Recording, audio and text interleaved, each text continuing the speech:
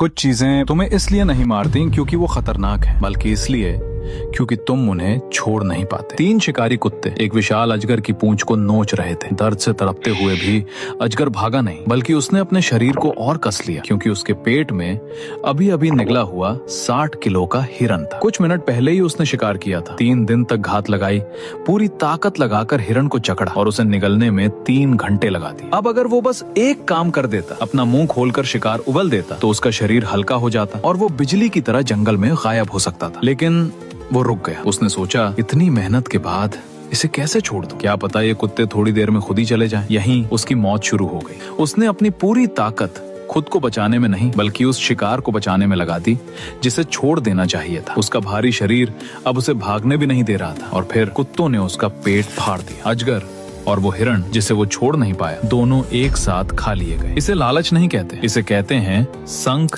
Cost trap, डूबती कीमत का जाल। जिसने अजगर को नहीं मारा वो कुत्ते नहीं थे, उसे मारा उस जिद ने जो नुकसान स्वीकार नहीं करना चाहती थी। अब जरा खुद को देखो, तुम्हारी जिंदगी में भी कुछ चीजें ऐसी हैं जो तुम्हें धीरे धीरे खत्म कर रही हैं। वो रिश्ता जो तुम्हें रोज तोड़ रहा है लेकिन तुम छोड़ नहीं पा रहे, वो नौकरी जिसमें भविष्य नहीं फिर भी तुम फंसे हुए हो, वो नुकसान वाला निवेश जिसमें तुम बार बार पैसे डाल रहे हो सिर्फ इसलिए क्योंकि पहले ही बहुत खो चुके हो। तुम सोचते हो अब छोड़ दिया तो सब बेकार हो जाएगा, और इसी डर में तुम अपनी पूरी जिंदगी घसीटते रहते हो। तुम्हारी ऊर्जा मर जाती है, तुम्हारे मौके खत्म हो जाते हैं और तुम समझते हो कि तुम स्ट्रांग बने हुए हो, लेकिन सच ये है तुम सिर्फ सड़ रहे हो। इस दुनिया में शिकार करना हुनर नहीं है, असल ताकत समय आने पर छोड़ देना है, क्योंकि जो चीज तुम्हारी रफ्तार रोक दे वो सपना नहीं, जहर होती है।